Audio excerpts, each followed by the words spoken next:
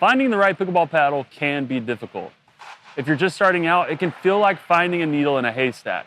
There's so many questions to answer, like what's the best brand? What's the right paddle for you given your skill level? And what are the right things to focus on in a paddle that will actually help your game?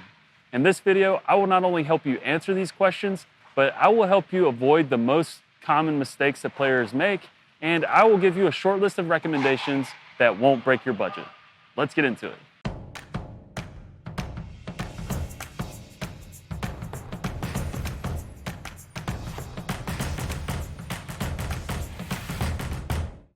I've played with a lot of different pickleball paddles. I've learned a lot through trial and error. I've wasted a lot of money, wasted a lot of time, and it's my hope that I can help you avoid that wasted time and money before we get to the short list of recommendations. There are about 3 common mistakes that players make right out of the gate, and the first one is buying a wooden paddle. Don't do this. A lot of times the first set that you get will be a set with maybe a net and a ball or a couple balls and a few paddles. That's great if that's your first time or if you're maybe borrowing one, but this is not what you want to buy and what you want to get. You can do a lot better with your money. And so you may go to Walmart or something and see something that looks cool, like this actually looks good, but it's just wooden wrapped in plastic. And so avoid these types for your first or maybe second paddle. Maybe if this is your first time ever playing and you just want to get a feel for the mechanics of the game, but then quickly move on, because the weight, just the sheer weight of these paddles, it's not going to be good for your game. It's not going to be good for your arm. And so just avoid wooden paddles. The second common mistake is buying a paddle and thinking that you will have it forever. That's not the case. The way the paddle industry is going, there's so much development and so much innovation in this space that you will find the right paddle for you in this season, but you will quickly find something else that will help you improve your game. And just to give you an example, this is the first paddle I ever played with. Fell in love with it. Probably should have moved on, and you can see I was using glue to keep this edge guard on, and it's just so busted, and it did not help my game after a certain point. So it's finding the right paddle for you in the season, then moving on. The third common mistake is buying a paddle without getting hands-on experience. This is hard for a lot of people. Maybe you live in a rural area without a tennis store, but it's really important to play with the paddle, at least the brand and the type of paddle, before purchasing it, because every paddle is different based on their weight, and you want to have a really good idea of how the paddle feels, how you play with it before making an investment. A few tips on getting hands-on experience. The first one's kind of obvious. Maybe play with your friend's paddle. Ask them to just borrow it for a day or play with it during the session just to get a feel for that one if you're interested in buying it. The second tip for getting hands-on experience is if you have a tennis store, if you have a pickleball store and they have a demo program, this is a great opportunity to get hands-on experience. A lot of times the way this works is you could go and you could put maybe $40 down to borrow a paddle, a demo paddle, for a week or two, and you can actually get hands-on experience with that paddle before purchasing it. The fact that you're still watching is a pretty good indicator that you like improving your game and you're into pickleball tips. If that's true and you haven't joined the Path to Better Pickleball, definitely go check that out now. It's a free downloadable skills guide and 10 step-by-step videos that will help you improve your game over the course of 30 days.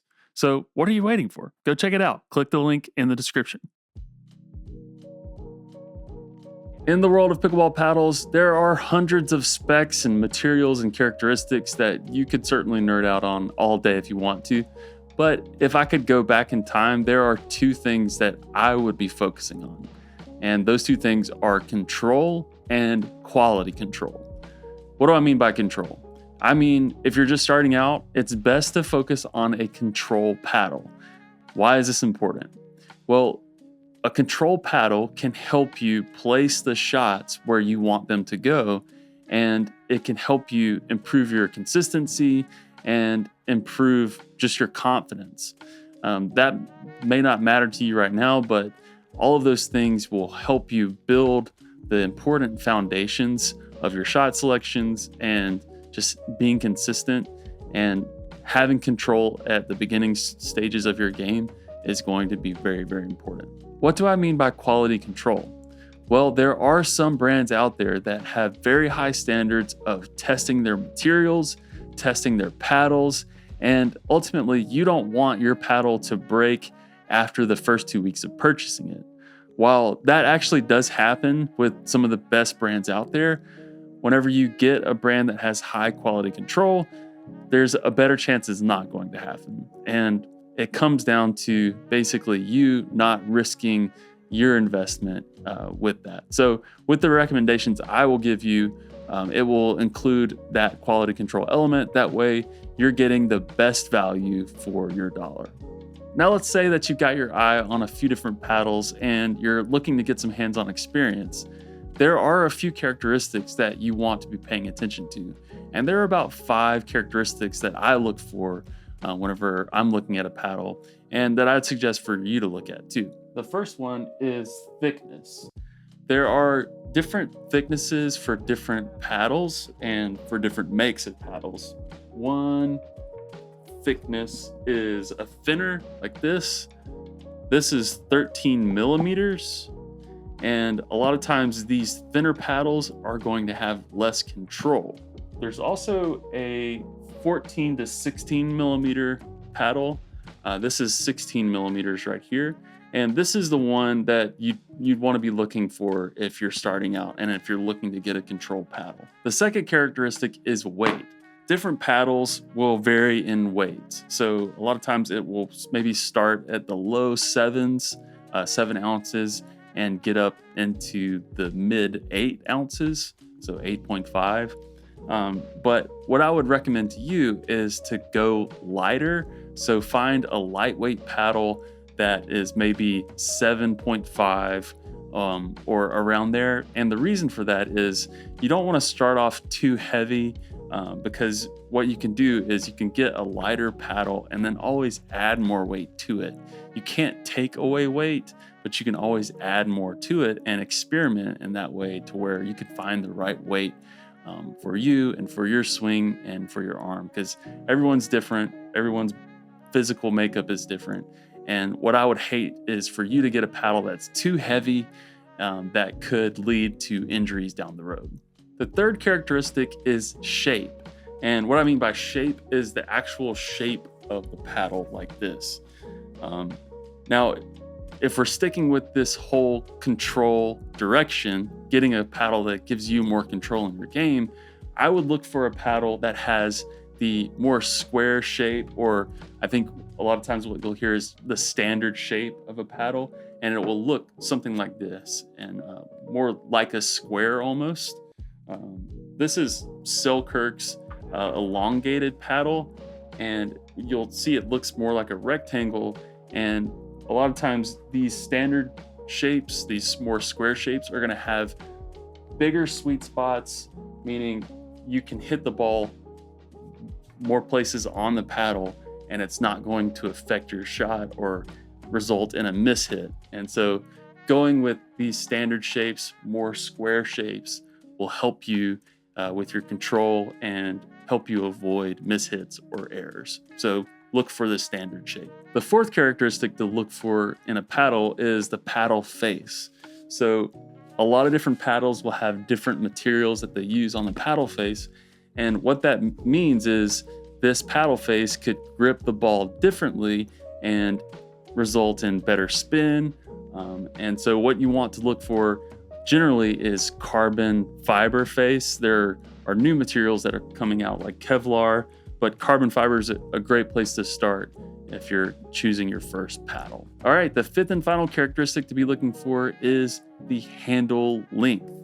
Now, different paddles will have different handle lengths, and it really just comes down to your preference and your sports background. For example, if you're coming from tennis and you like to use two hands on certain shots, you probably want a longer handle. So that would be around 5.5 inches. It really just comes down to your preference. So just pay attention to that and get a feel for it. All right, now let's look at the top 3 paddles on my list based on everything we've talked about, but really looking at the performance, the quality, and the value you're getting for your money. The first on the list is the SLK Evo 2.0. This is a solid option for anyone who is looking for their first paddle purchase. With this paddle, you have two different shapes, the Max and the XL. The Max gives you a bigger sweet spot and the XL is an elongated shape. For this video, I'm reviewing the control option. It comes in a 16mm core and offers the biggest sweet spot and the best feel of the three options. If you'd like more power, I would recommend the power option. Another thing worth mentioning is Selkirk's 1-year limited warranty. Selkirk makes excellent paddles with high quality materials and they stand by it with their warranty. If you're just starting out looking for a good paddle with a big sweet spot, good feel, and good quality, this is a solid option. All right, the next paddle on the list is the Holbrook Mav Pro 2.0. I thought this paddle was an excellent combination of touch and spin without losing any kind of power. Holbrook uses the T700 carbon fiber for the paddle surface, which is a high quality material that adds a ton of spin to your shots. If you're just starting out and looking for a high quality paddle with an excellent balance of control, power, and spin, this is a great choice at an excellent price.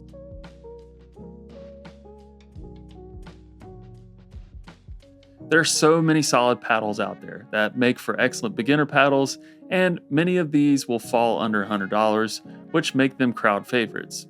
You'll likely see these on other channels or even on Reddit. There's the Rhombus R116, the Vatic Prism Flash, this is really a big crowd favorite, and the Jushio. However, those paddles did not make my top pick. My top pick for a beginner paddle is the Hisk Rav Pro. The Rav Pro is an excellent paddle and I just can't get over the price for what you're really getting. And we'll get into the price in just a second. But first, the paddle combines both traditional and modern design. It has foam injected edges. This enhances the power and widens the sweet spot. The core is 16mm, and on the performance side, I really love the feel. There's a great balance of power and control. There's slightly less pop than fully thermoformed paddles, so it offers better control. The sweet spot feels huge. This is a huge benefit for any beginner and really anyone who values control. Now on to price. When you purchase, you get a paddle cover, replacement grips, and wristbands, and with my promo code, you'll save an extra 20%, and all of this is for $56. This is a ton of value for a really great price. When you compare this paddle to some of the top of the line Gen 1, Gen 1.5 paddles that cost like $200+, this paddle plays just as good, if not better, for a fraction of the price. It's a no-brainer. So there you have it. That's my jumpstart guide for getting your first paddle. Was this helpful? Have you played with any of the paddles I mentioned? Do you agree? Do you disagree? Let me know in the comments. If you enjoyed this video or learned something new, please remember to like, subscribe, and hit that notification bell so you never miss another update from High Five Pickleball. Thanks for watching.